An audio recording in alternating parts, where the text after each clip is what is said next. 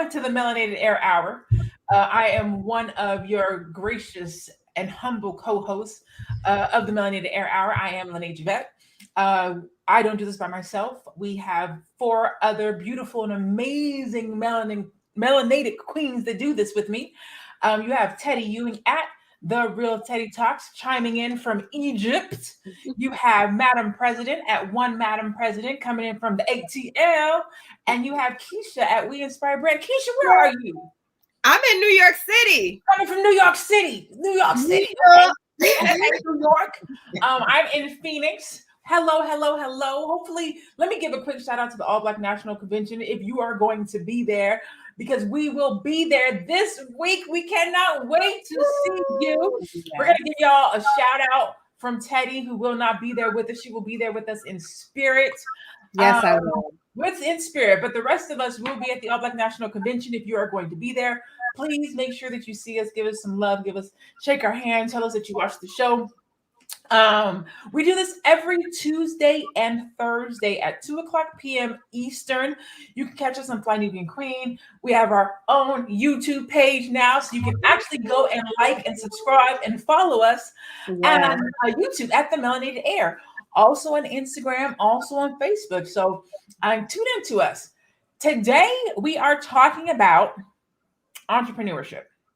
We're talking about business ownership. Is it for everybody? It ain't for everybody, but it should be. That's the conversation today. Keisha brought this conversation to us today, so I'm going to let her take us into this conversation on entrepreneurship versus career versus who is it for. Go ahead, take it away, Keisha. Yes. I'm so excited to talk about this topic. I actually presented this topic on my channel a little over a year ago because I was an entrepreneur at the time and I was also in my full-time job. And what my full-time job was, I was a career coach. So I ran the career development department at a college. So I was helping people build businesses and I was helping people find careers. And I was just like, kind of like a tug of war, like, okay, which one is my passion? Like, which one do I want to do? Right. And I do also find, like, on social media, it's popular to be an entrepreneur now, right? Like everybody is an entrepreneur, but in my mind, I don't think that everyone knows what it takes to be an entrepreneur. So we have a lot of aspiring entrepreneurs that see the glitz and the glamour on social media. They see people riding in these expensive cars and going on vacations and it looks fun, right? But they don't see the nitty gritty. They don't see us staying up till 4:00 a.m. working on our business. They don't see us, having headaches and suffering from burnout if we're not careful, right? They don't see that side of entrepreneurship. So what do you ladies think? Like, should people jump ship and say, entrepreneurship is for me, like this job is not for me? Or do you think that, you could do both? What do you think? Before we answer that question, I want to go to the comments. In the comments, let us know if you are an entrepreneur or an aspiring entrepreneur or a career professional. Talk to us in the comments. Let us know what you think. Chime in on this conversation. Go ahead. Sorry, y'all. I absolutely think entrepreneurship is in most people, right? I think there's a small percentage of people who should not be entrepreneurs because they just don't have it in them. However, as Keisha said, you got to put in that work. You got to build the foundation, the baseline, get the education, get the mentors, watch people. I love people watching, learn about business, then start building it, not using that as a stumbling block, but using that as your foundation. But I think that the glitz and glamour tricks people into thinking it's easy, thinking you're going to ball out and make a lot of money in the beginning, thinking you're going to be having all these things that you may or may not have without putting in the work and putting in the effort. And it's the iceberg. You see the tip of the iceberg and you like, wow, you lucky, this and that. And like, nah, I've been doing this for years. I've been struggling for years. I've been hustling for years. So you see someone like Kevin Samuels, for instance, and you think he just blew up this year. And if you go to his YouTube, you see this brother been doing this for 5 years. He changed his branding strategy several times, and he has been grinding and hustling. So this success this year is the tip of the iceberg. And everything he's been doing below the last 5 years and probably before that is all the hard work. So as long as they're ready for that hard work and ready to learn and grow, entrepreneurship is for everyone. Because people say, oh, such and such is an overnight success. And they're not an overnight success. You just found out about them overnight, right? But they're not an overnight success. I know sometimes when people see me, I've been a full-time entrepreneur for 8 years, right? But what people may not know is I planned to leave my job. I cashed out my 401k. So when I left, I had $50,000. I strategized how I was going to use that $50,000 in my business, but I didn't account for living expenses. So I was broke in 6 months. I had to do a crowdfunding campaign. I raised $10,000. And that was just to make back the money I needed to launch the business because I had gone broke. Then I had to move out of my house into my home with my mom because I didn't have no money. Then I had to send my son to go live with his dad. As a mother, you have to know what that means, right? So that's a sacrifice. I have to send my child someplace else so that I can have this business. And so now, 8 years later, people see me, I drive the car that I want, I have a house, I have multiple clients, and they're like, oh my God, you're so successful. Yeah, but the work, the pain, the suffering, the brokenness, the crazy odd and end jobs, the late nights, the no sleep, it takes a lot to become an entrepreneur. It's tenaciousness. It's rejection. It's putting your emotions to the side. It's prayer. It's meditation.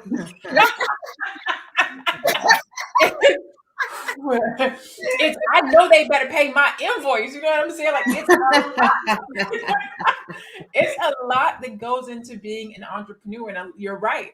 A lot of times people see the influencer side or the social media side or the 15th picture that you took to make entrepreneurship look beautiful, but they're not necessarily prepared for what it takes to walk into being an entrepreneur. Exactly.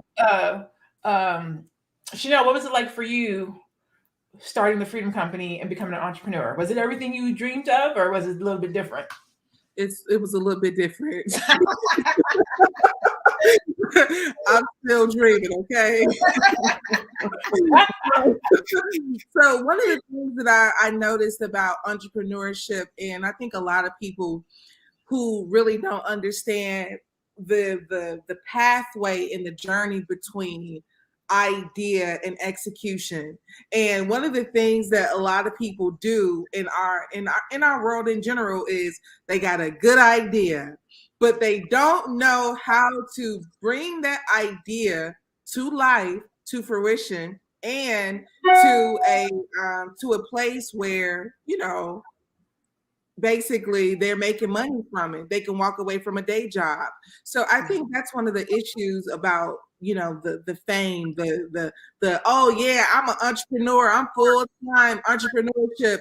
Okay, that sounds really, really exciting until, like you said, Lene, you do not get that invoice paid and you don't have a legal team to go after it, or you are in the process and you have an agreement with a group of people and they have a team of 7. It's just a team of you, and you can't navigate that because you just constantly are the little person in giant spaces. So I think that entrepreneurship, like anything, you got to use your mind. You got to understand, what skill sets do I have that can generate money?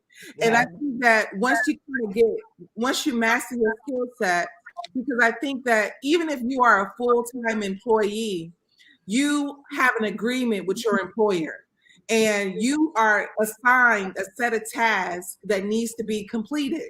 Now, what happens is when you some kind of way decide to do this for yourself, oh snap, you got to do these tasks. Nobody's checking in with you. Nobody's forcing you, telling you that these things have to be completed by a certain time. So you getting your nap in and you ain't made no money. So it's like one of those things where you realize, guess what? Oh, snap, I have to govern myself. Responsible for self. It's so embarrassing when you have to govern yourself and you ain't done nothing. Like Sweet late. it is a emotional. I mean, it's deranged. You be like, wow. Meanwhile, when I had an overseer looking over my shoulder, I was knocking stuff out left and right. That's what it is. That is exactly it. That, you will hustle hard for that JOB. You will hustle hard. I don't think. Oh, go ahead. I'm gonna pass the mic, but I would say that mind shift of entrepreneurship is so essential in order for you to do. And I'm not a big fan of Kevin Samuels, but guess what? We can't deny consistency. Nobody can deny, why some people have a large following, and some people don't. When you stick with it, this is what happens. People find you. People can see when you stick with it. So I think that entrepreneurship is definitely for those people who are committed to themselves, for sure. Yes. And I was going to say something similar to the comment Channing Lynch just made. I was going to say, I don't think entrepreneurship is for everybody. I don't think entrepreneurship is for a lot of people. I don't think entrepreneurship is for some entrepreneurs.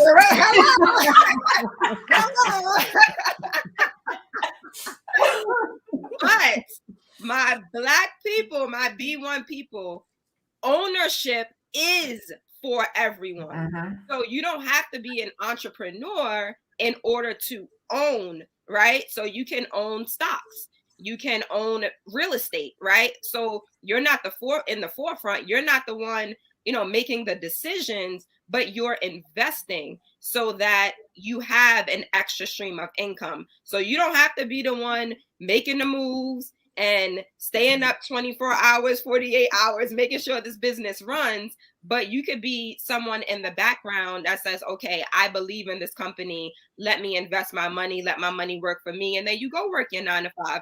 I have a friend, I was talking to him about entrepreneurship a few years ago. I was looking at this business opportunity, and he was just like, oh, like, good luck to you. I could never be an entrepreneur. And in a world, right, where we talked about earlier, where like everyone wants to be an entrepreneur, he said that. And I was just like, what you mean you don't want to be an entrepreneur? Like, what you trying to say? And he was just like, no, like I could never be an entrepreneur because that's just not for me. He said, I love going to my 9 to 5. I love my career and I don't want to run a business. He was like, you have to know yourself, right? Like that's not for me. And I'm just like, I respect it. I feel you. Okay.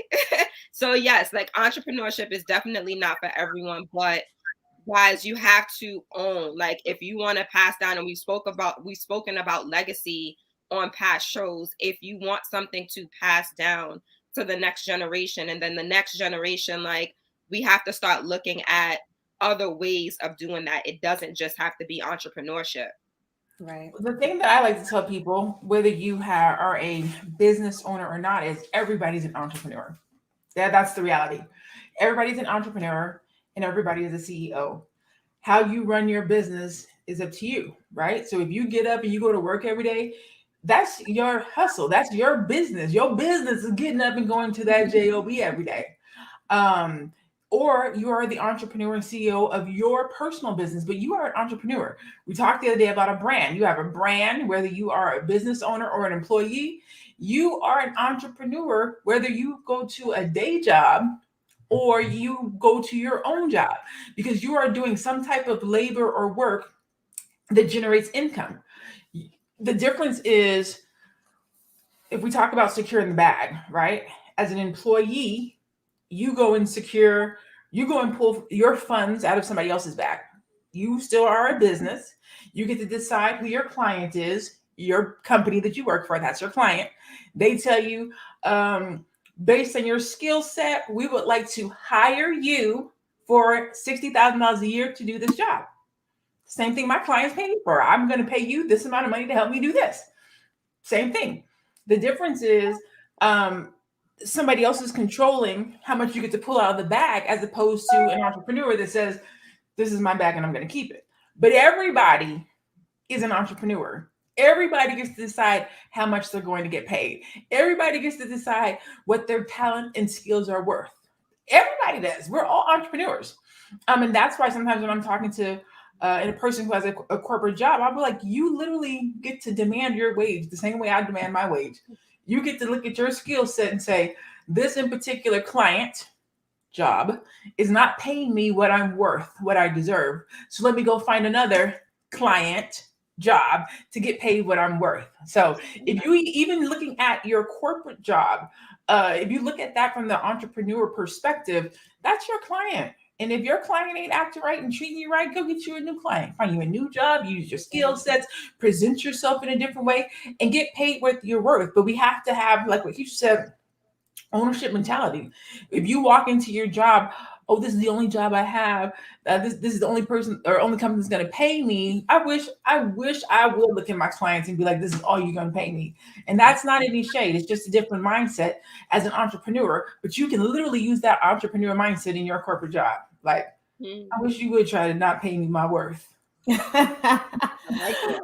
it. I want everyone in the comments to let me know one time you were paid for something that you were good at, but you didn't expect the money. So whether you know how to set up audio visual, you can put flat screens on walls, whether you do some pressure washing on the side, you go to the farmer's market on the weekend, let me know when you've got paid for something that you really do it because you enjoy it, not because you want the money. And once you do that and you think back to doing that, I want you to realize that we all have it. That multiple streams is so important. All of you are good at something. And that something is something that other people are probably not good at. So you can always sell your talents. You can sell your joys. The IRS wants you to want to do what you enjoy doing and get paid for. And they want to take less money away from you every year to do it. So this isn't just about how you see yourself and how you feel yourself, because once you are a business, there are tax advantages. Now, I'm not a tax professional. You need to find one, CPA, tax lawyer, whatever. But I've been doing my taxes a long time, and through all of my businesses, I see that tax benefit, and it is huge. Even the MLMs. I'm not a big MLM fan. Multi-level marketing, the Mary Kay, Amway, TLC, it's endless. It's endless. Travel, like all those things. But I started off with those because as soon as I started selling Mary Kay, I would make a tiny order, and then I could start deducting my office, my cell phone bill, any office supplies. If I want a new laptop, all of that I was able to deduct from my taxes. So that's the first point. Please take that, think of what you're good at, and think about how it doesn't have to be a business. And back to what Keisha said, if you want to be an angel investor, you want to be a venture capitalist, you don't see yourself in the forefront, that's fine. If you're giving people money to start their businesses, then you probably should have some kind of legal structure. You probably do need an LLC so that money flows through that. So you're still an entrepreneur. Even if you're a silent partner, even if you're on the backside of it, you can still get that money and take advantage of those tax breaks. And that's really what, for me, it breaks down to is don't be naive to think that you can't do something. And there are people that are capitalizing on it can do that. They just know a little more about the business and the money side than you do. So learn that, and then you can blow up. And like she said, a little more. Like she said, it's a little more. You would be amazed. So you guys are posting some really good comments. So I'm actually going to go to the comments so we can answer some of the questions that are in the comments. Before I do that, I'm going to reset the room. If you're just tuning in, this is the Melanated Air Hour. We do this every Tuesday and Thursday. 4 or 5 of us get together, melanated complexion, talking about life, usually from a business perspective. We can catch us on Tuesdays and Thursdays right here on the Melanated Air Hour. So I'm going to go to Natasha C. Perkins. She says, what was the one thing that made you make the first step to your dream? I'm assuming she's talking about stepping out and becoming an entrepreneur. What was the one thing that made you step out and become an entrepreneur? I'm just going to say that I'm an entrepreneur. I'm a corporatepreneur. I still have a 9 to 9. I still have a 9 to 9. She said 9 to 9, not 9 to 5. 9 to 5. Y'all see that, right? So here's one of the things that I will say, what has started to entice my no. I've gotten calls for other opportunities that's within my day job, and I've been positioned to say no a little bit more. And one of the reasons that I'm starting to get this feeling of nobody is going to take your dream, pick it up, and kiss it on the cheek and set it back down. You are going to have to be fully responsible for yourself. And one of the things that I was thinking too, even just from a creative standpoint, is like sometimes we get mad, or sometimes we envy where some people are, but they never stop. And so we have to be accountable for that too. So I think one of the things that allowed me to take a big leap of pretty much not allowing other people to dictate what I want for myself is understanding that what I have inside of me is a personal responsibility. And because it's a personal responsibility, I'm not putting that on my job. I'm not putting it on my parents. I'm not putting it on nobody but myself. Yeah. I think for me, I just did it. Like, I've always been an entrepreneur at heart. I always knew that I wanted to run my own business, and I did not want to work a 9-to-5 forever. So as early as junior high school, I knew like that's what I wanted to do. So for me, it was kind of dibbling and dabbling in different things until I found my thing that I was going to be consistent with. So for a while, like in my early 20s, like I was trying to do real estate. I was trying to get into real estate. And then I was trying to do, some other stuff with friends that didn't work out. And mainly because we were like just overthinking, right? Like there are businesses that are so successful now off of the idea. And I remember we spoke about like, what is an idea worth off of an idea that we had 10 plus years ago. So 10 plus years ago, me and a group of friends, we were talking about promoting Black-owned businesses. So getting a whole bunch of Black-owned businesses together and then them paying us to promote them. And now I see all these pages on social media that do it, right? So had we just been consistent with our idea, did more research, right? Did more research, educated ourselves, because we were trying to do it on our own, but none of us knew what we were doing. Had we did that, like we would have been so successful in that business. Like I have no doubt that we would have been. And then, fast forward to a few years ago, it was my t-shirts. So like, I just wanted a way to inspire and empower the Black community through positive affirmations. And I said, hey, I could do that on t-shirts. So for me, and I speak about this all the time, you need to discover your purpose. So before even going out there and saying like, oh yeah, I want to do this because I want to make money. Like, no, like, what is your purpose? What is your passion? What is that deeper meaning? For me, it was inspiring and empowering my people. And I'm like, okay, well, how can I do this? Right? Because when you know your why, then you can ask how. And then when you ask how you can do it, then you start educating yourself on how you can build that business. So for me, it was the t-shirts, inspiration to my community, and then building from there. And like I said, being consistent. Like you have to be consistent.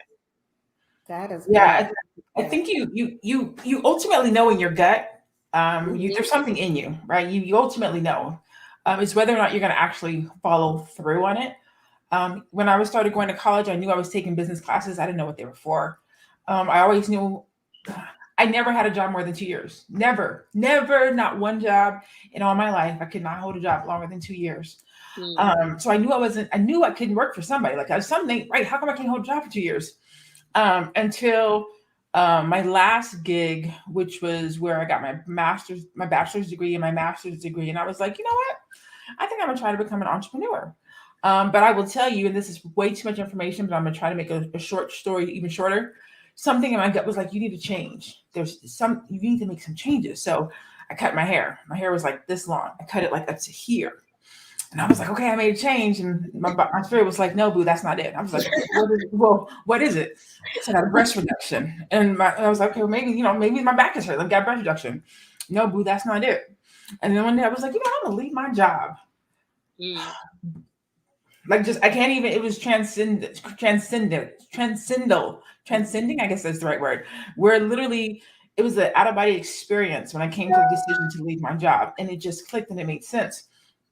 And I haven't looked back. So the easy answer is you already know. You already know. You just have to trust that and trust yourself. Because I think people struggle with not really knowing and trusting that entrepreneurship is for them. And if you don't know, you won't jump all the way in. You won't get the training. You won't get a mentor. You won't get coaching. You won't find out how to bring that thing to existence because you're not trusting that this is what you're supposed to be doing. So you don't go all in. But if you go all in, sacrifice doesn't hurt you. Going without doesn't hurt you. Not getting your nails, not traveling, not having the funds. It's all part of the game. And it doesn't weigh on you or take a toll on you, but you have to be sold out to whatever that thing is that you want to jump into. Teddy, did you want to add something or go to the next question? Just real quick, I want to say that, so I've been doing the same job for 24 years, so different than Renee. And several years ago, I knew, because being in the military, you get the advantage of knowing at 20 years, you get to retire and you get a check for the rest of your life. So I always had that security there, right? But I knew I wanted to do more. I wanted to be more. And then I knew that people around me, as you saying in the comments, a lot of people, they said they just don't think they can do it. They don't know how. What are the resources? I said, that's going to be my business. Is I'm going to help people figure out how to start their businesses. I'm going to be that person that they can come to that has the education in the background, that has the degrees, that has the platform, and I can help you talk out your idea. And guess what? I'll sign an NDA because I ain't going to do that work for you. I don't want your idea. I'm not going to blow you up because I'm doing other things, right? So that's another problem. People don't want to share their dream. They don't want to share their ideas. So they're holding it too tight. Don't even want to tell your sister or your mama. And then nobody's helping you grow it and build it. So I knew I wanted to help people start businesses. TheRealTeddyTalks.com is a 1-year strategy to build side businesses. So if you want to do a side hustle, you want to go to full-time hustle, that is what it is. That is what I do. And I'm following my own strategy because I saw someone else post that they were making 6 figures, I think it was. It's already off the screen. They're like, so entice them, I think is what it said. And you can do it. You can make 6 figures in your side business, or you're in your side business or switching to it full time. But you have to know what you want. You have to know how to get it, and you have to build your customers. And if you're not willing to do that, that money is not going to just fall in your lap. You have to work hard and you got to hustle at it, and that will happen for you. But you grind. And if you look at all 4 of us, and even Faye Bishop, who's not on here, we all doing it. We're doing it big. We are posting. We are creating courses. We're offering consultations. We're coming up with packages and deals, going to all Black national conventions. We are speaking. We're on various platforms. Like that don't happen overnight. Right. And I'm still working my 9 to 9, and so is my president. Both got our 9 to 9s in addition to this. So that's even an extra layer of hard work. Put in the time and you can make it happen. Absolutely. All right. So we have about 20, 30 minutes left. I want to get to as many of your guys' questions as possible. So I'm going to ask my co-host and myself included. We're going to try to keep our answers a little bit short and concise so that we can get to as many questions as possible, because you guys are asking some really, really, really good questions that I feel like our community needs to have answered and addressed. And I'm glad that you guys are here with us today, trusting us to give you these answers. So even that was too long. So let me get to the question. Chino, I apologize if I messed your name up. Chinoy Weeks. How do you know what you want to sell or what your service is going to be?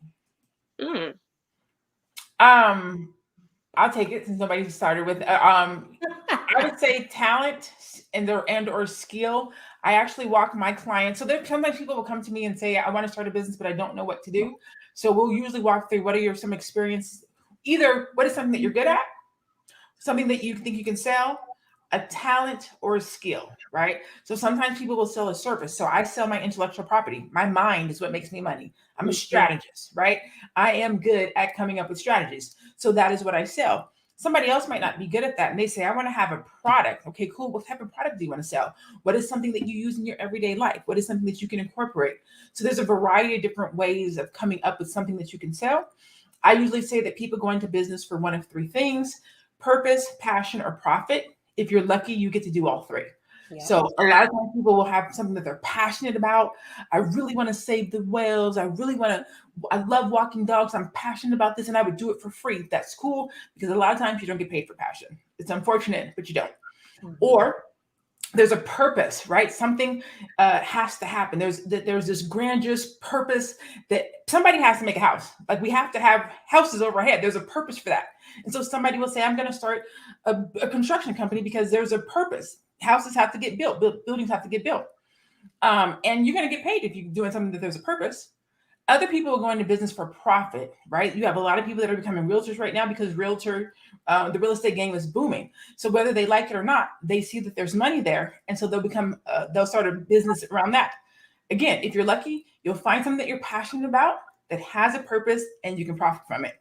Hello, that's what I do. So that's the goal, but there's a variety of different ways to get there. Yep. Everybody get that answer? Yep. Okay. I think that filled it up. We got Okay. Ryan says, I'm having a difficult time for people to support my business. This is why many that I know are reluctant to start a business. We refuse to support each other. Ooh, who wants to take Go outside your circle, Ryan. Yes. Stop looking for the people closest to you to help you blow up.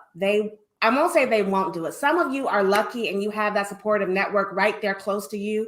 But for most of us, my biggest riders are people I've never met. I've met them through my platform, through their comments on my YouTube videos, people who bought my courses.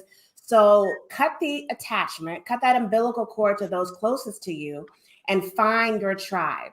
Find your people, find the people that love you, your service, what you're selling, and then focus on them. That's your new persona. Talk to that person who fills up that crowd, start selling to them. Then when you start blowing up over there, your friends and family gonna follow up right behind them, and your neighbors and people in your town. So you might have to leave them behind. I mean, no shade, no hate, but you're going on to bigger and better things with different people who are going to support you and pay $75 for your sweatshirt because they think it's worth that, versus someone saying, "Ooh, that's too high." Well, then don't buy it. It ain't for you. Okay.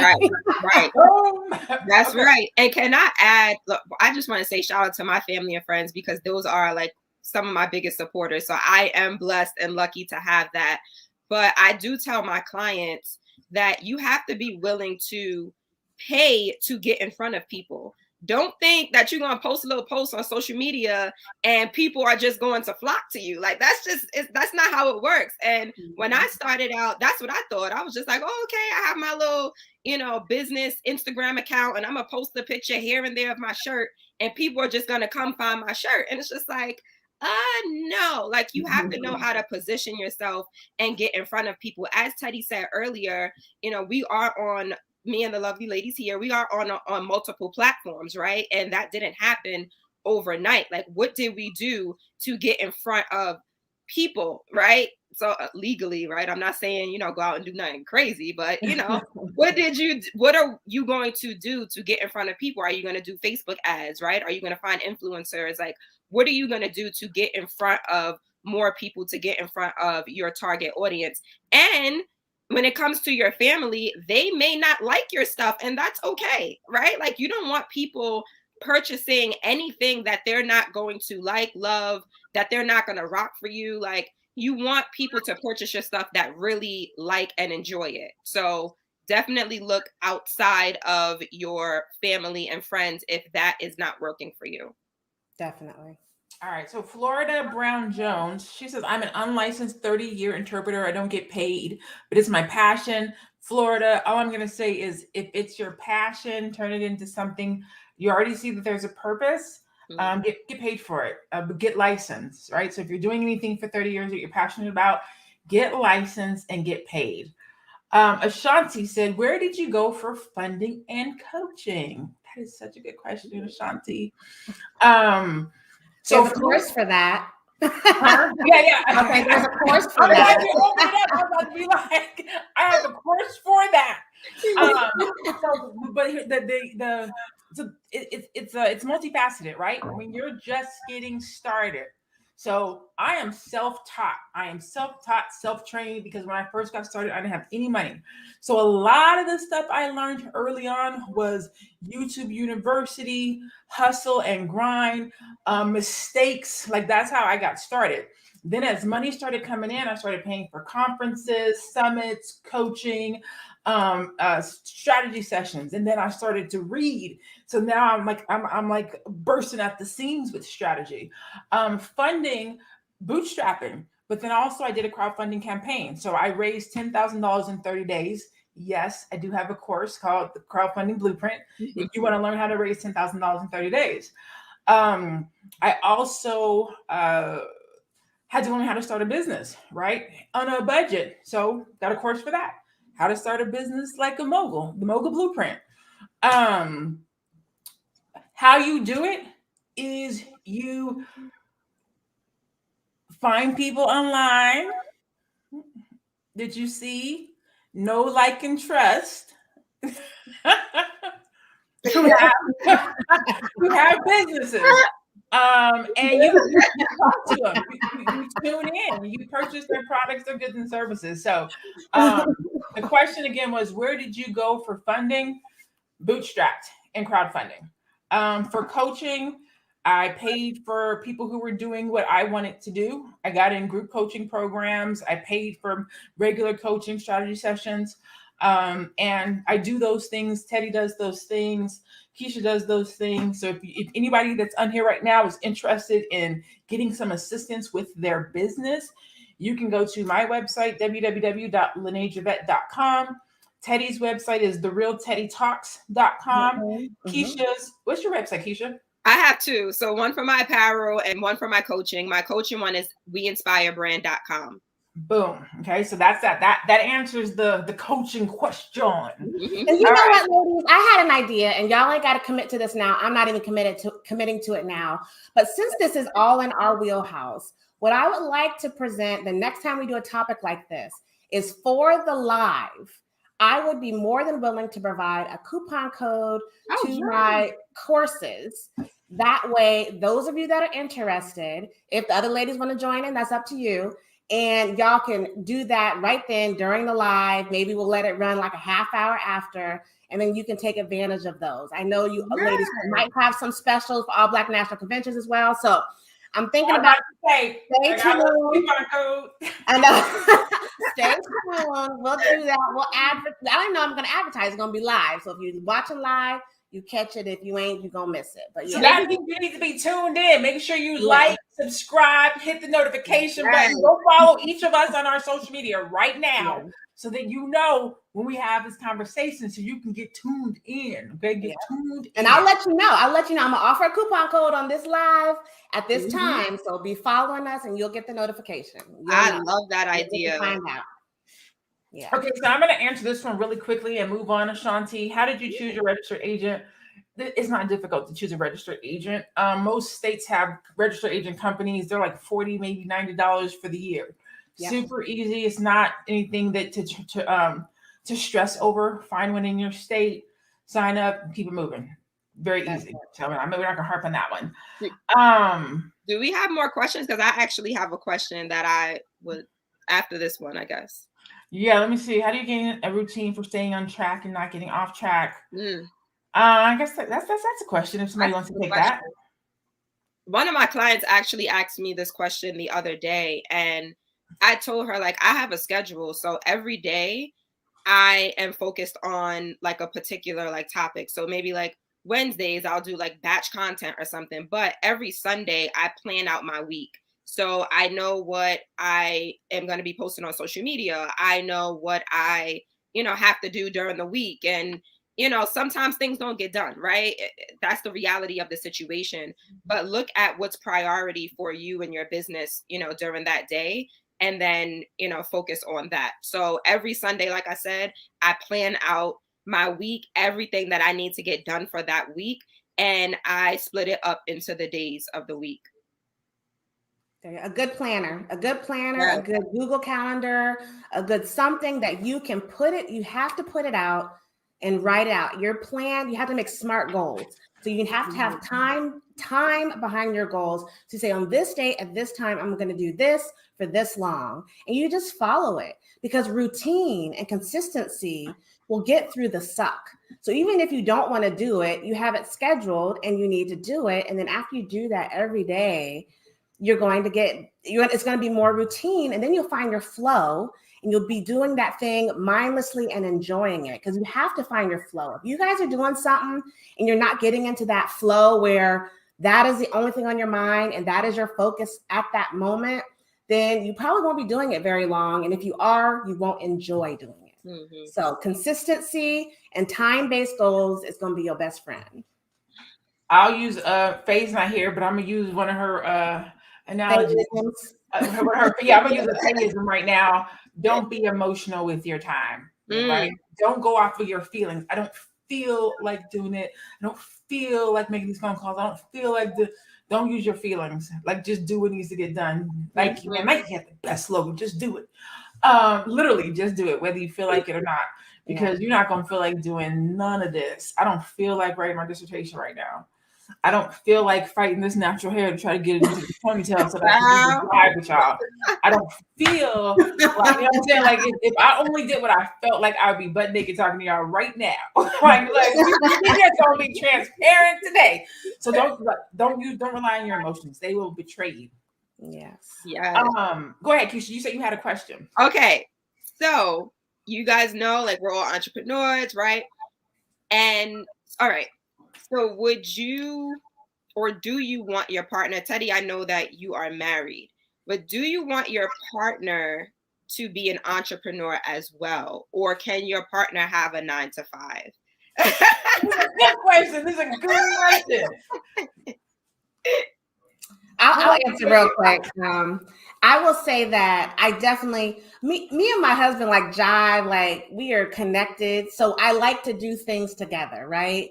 But as I said, I don't know if it's last show or before that, he wasn't all for my plan, the Real Teddy Talks, right in the beginning. Like, he supported me, but he didn't think it was going to blow up like it did.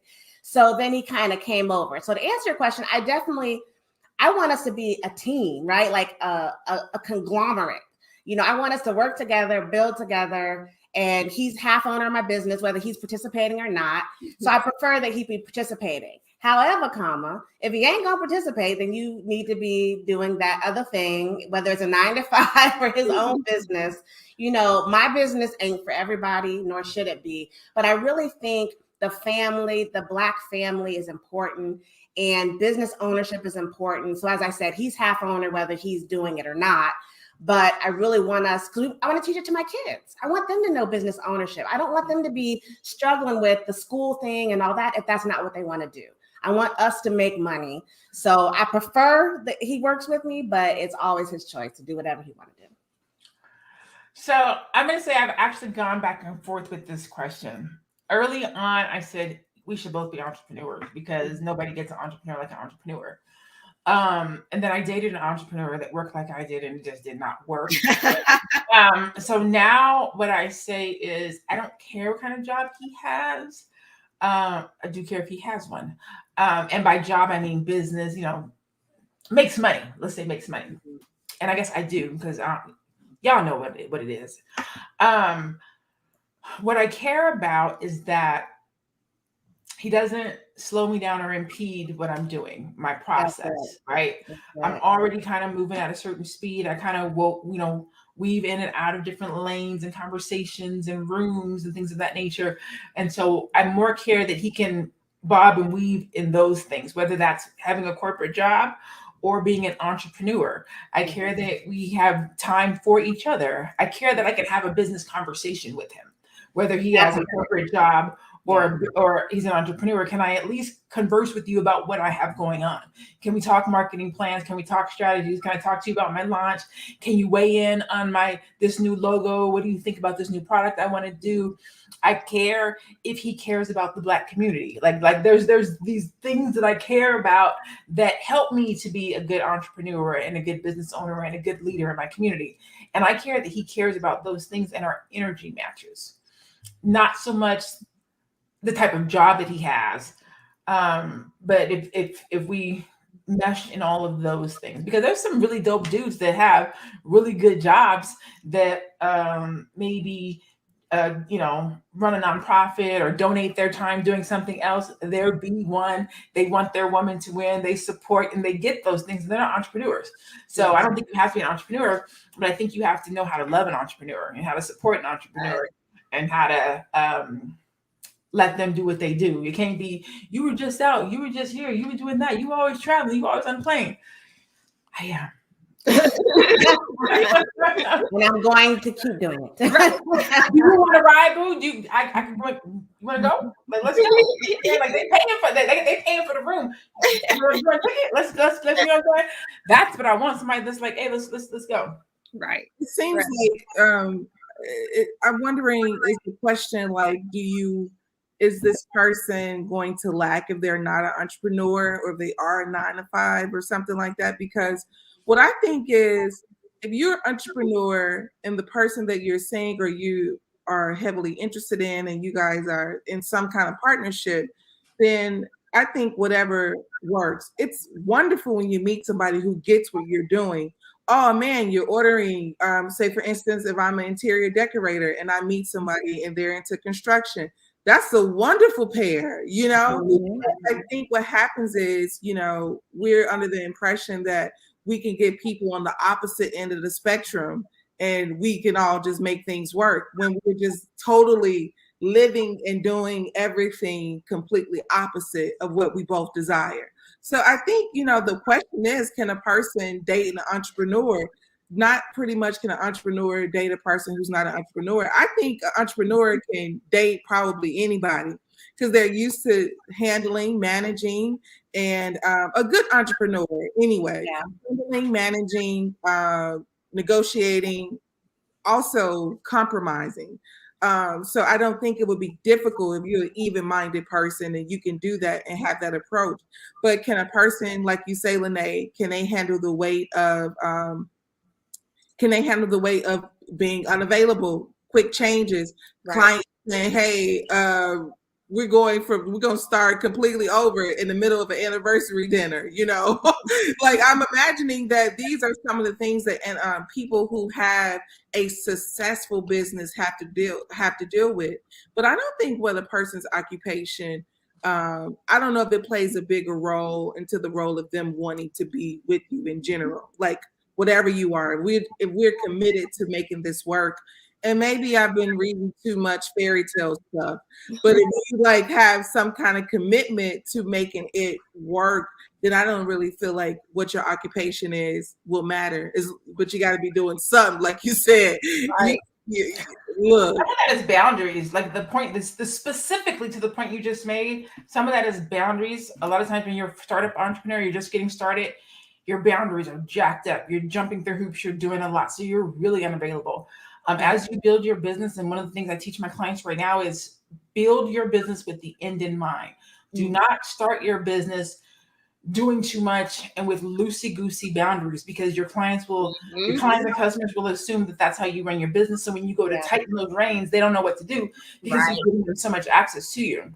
Yeah, I want to get Fanetta's question. Wait, no. I want to address that. I'm getting to that, because I definitely, I'm literally going into that one, but I wanted to hit that one first on boundaries, because I saw it, and so I'm assuming she's asking me based on what I said. So I definitely want to address this, because I get this question all the time. So Fanetta asked, no disrespect or pun intended, where does everything you just said leave room for him to be the man that God has called him to be? Just asking a question, no disrespect. I get this question, not like this, but I get it a lot. I get it from men and I get it from women, and not just me, a couple of other women that I know who roll in the circle that I roll with, or roll the way that I roll. And it's a very, I don't want to say discouraging question, but it always rubs me weird, because I feel like the assumption is that there has to be room left for a man where, and I'm gonna try to say this in a way that's not disrespectful, mean, or rude, but I take care of myself. I'm good. Like I am good, right? The role or the thing, how men look at relationship is, in my humble opinion, right? The breadwinner. I got to be there to take care of you. I got to be there to pay bills. And those are not necessarily the things that I need. I like those things. I would love for a man to come and pay my bills and do those things, but I don't necessarily need those things because I do them. So the things that I look forward to and for in a man, they're priceless stuff. It's not the things that you would consider, she needs a man to do that. No, I need a man to rub my back at the end of the day, to talk about my business with, to help me to stay calm and cool, collective, to not go crazy, to hold my hand when I walk on the beach, to travel with me, to hold my hand. Like, it's priceless stuff. Paying my bills is cool, but because I can do that myself, it's not mandatory. It would be nice, teamwork makes the dream work. We build an empire together.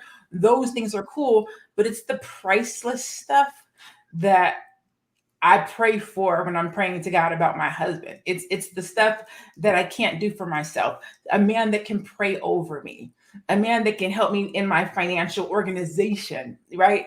So for me, there's a lot of space in my room for a man. There's a lot of space in my business for a man. There's a lot of space in my day-to-day for a man, but it's not what people might consider to be traditional. The man's going to go out and clob the meat on the head and come home and cook it and fry it, and I am the man. It's not that for me. Do I know how to submit? I do. Do I want a man to lead? I absolutely do. But I saw this quote from Jill Scott, and it's the best way that I can explain it. And she said, if you can tell me what to do, then you can tell me what to do. But if you can't tell me what to do, then you can't tell me what to do. So if a man comes into my life and our energy matches and we can roll, I am down. I'm submitting. He gets the lead. Where he says go, we go. But if you can't lead. Yeah. Add to that, Lene, I think there's this misconception that if someone is a career in their career and they're with someone that's an entrepreneur, that person that's an entrepreneur is making more money than the person that's in their career. There are a lot of successful people in their career making six figures and above. And I'm not saying that this is what the comment was saying, but it just reminded me of that just because someone is working a 9-to-5 or a 9-to-9, as Madam President puts it, and what Madam President is doing, that doesn't mean that they're not successful or making a lot of money. You can have an entrepreneur making only $20,000 a year, but because it's their passion and purpose, they're okay with that $20,000 a year, and they're doing what they do. And then they have a husband that's maybe making $250,000 a year. So we have to also get out of the mindset that just because someone has a 9-to-5, they're not as successful or not making as much money as someone that is an entrepreneur. I want to segue into the Tasha Perkins question. It says, do you believe that you should be able to run your home successfully before you start your business? And I think the two questions are kind of alike, because if your home, and this goes even back to B1, if your home isn't in order, how can you build a community? If your home isn't in order, how can you build a successful business? Because you'll be in chaos at home trying to do something that's organized and streamlined and has good flow in your business, and the two aren't going to be together. So on this show, I'm Teddy Ewing, but at home, I'm Mrs. Ewing, and I'm always my husband's wife. So our home rhythm with our kids and all that is completely different than what this is. And I have to respect all of those lanes, including my 9-to-5, including me being, the military was a hard adjustment for my husband because he met me when I was going to school. So he didn't see me in my all full military self as a commanding officer. So he was like, whoa, who is this person? And with all this, this extraness going on, telling people what to do. And I'm like, this is what I do, So he had to find happiness and comfort in that person who I was at work versus who I come home when I'm Mrs. Ewing versus being Major Ewing. Like it's a different person. So business is the same way. If I'm the CEO of a company, I'm a CEO of that company. It don't mean I'm CEO of my house. You know, my husband still gets to do what he does, and I still do what I do, and we do it together. Say it again for the people in the back. I have that fight all the time. CEO Lene is not just Lene, around the way girl, hang out, kick it, let's go square up. You know what I'm saying? Like who I am online in my business in the boardroom is who I am online in my business in the boardroom. When I come home, I take CEO hat off and I just want to kick it. I want my man to take the lead. I just want to be a girl. Right. Like, you got this, boo.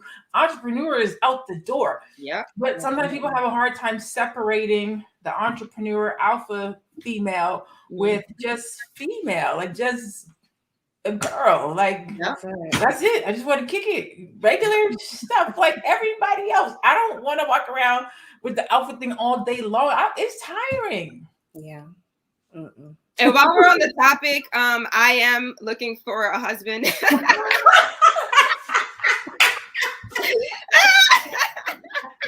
She ain't playing. I'm not playing. If you know, okay, so before we go out, before we close, we're going to do this because there's enough of y'all on here. So, Keisha, tell the people what you're looking for. If y'all know somebody like this, y'all let Keisha know. Tell them what you're looking for. They might have a brother or a cousin or an uncle or somebody. Tell them what you're looking for. Yes. All right. Oh, this is fun. Yay. Okay. I need someone that is B1 first and foremost. Like, he has to be for his Black community. He has to want to empower, inspire the Black community, uplift the Black community in some way. He has to be a spiritual man, not religious, but spiritual. You know, we have to connect on that. I want somebody that is equally yoked. I want someone that has the financial freedom mentality. So that doesn't mean that he's an entrepreneur per se, but he understands that ownership is important. So maybe he has a 9-to-5 or a 9-to-9, and he is invested in real estate and he's invested in the stock market, right? I want someone who understands me culturally. So just because you are Black, right, it doesn't mean that you get me and my culture. It doesn't mean that we're gonna vibe out and slow dance to R&B music. And that's what I want. Like, put on some Jodeci for me, okay?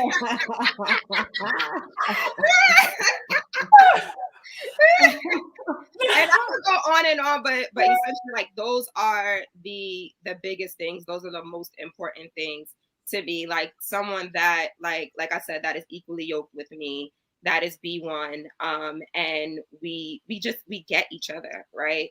And he has to love to travel as well. Just put it out there. And he has to be affectionate. Like, don't be, oh yeah, no, you have to love me, right? I'm delicate. I'm a woman. I'm feminine. And if he has a brother, another day. We got NYC, we got Arizona. Like, make it happen, y'all. Y'all got connections. Oh my God. All right, guys. If we find our husband based on y'all's recommendation, referral, or DM or hookup, we will definitely shout you out. Yes. You get an affiliate commission on that, okay? Yes. I was gonna say you'll get a one-on-one with me for free. Oh my God. So y'all can see we like to have a good time talking Black, talking about what's going on in the Black community, talking about entrepreneurship. It should be fun, right? You want a coach, a mentor, a strategist that knows how to have a good time. They know how to talk business. Their business is good. Their receipts add up, but they also know how to have a good time and not be stuffy. And that's literally what we do here at the Melanated Hour on Tuesdays and Thursdays at 2:00 p.m. Eastern. We all individually do it as well on our individual pages, which you can see our handles on the screen. You can find Teddy Ewing at The Real Teddy Talks, Keisha at We Inspire Brand, Madam President at One Madam President with the Z. You can find me online at I Am Lene Javette. Today we are talking about business ownership. Is it for everybody? It is not, but it should be. We also talked about the fact that everybody is an entrepreneur. Everybody has a client, whether your client is your job or the clients and customers that you go out and get yourself personally. Before we go, I'm gonna go around the room, give everybody about 10 seconds to close out with your final thought of the day before we bid everybody farewell. I just want to say real quick, we love y'all. We thank you for your support. Don't be afraid to reach out to us. If you have questions, reach out in the DMs, go to our websites. A lot of us have one-on-one consultation, emails usually on the website. Reach out and see if we can help you build your dream or at least get it started, or just talk in the comments. Whatever it is, it ain't got to be serious, it can be big, it can be little. Do that. That is why we're here, to impart our wisdom on you so that you don't have to start from zero like many of us had to. So we are here to help you get a few steps ahead so that it's not so difficult. Yes. And I just want to say, I saw one of the questions earlier was, how do you find your passion or your purpose? And I don't really think you find your passion or your purpose. I think it finds you.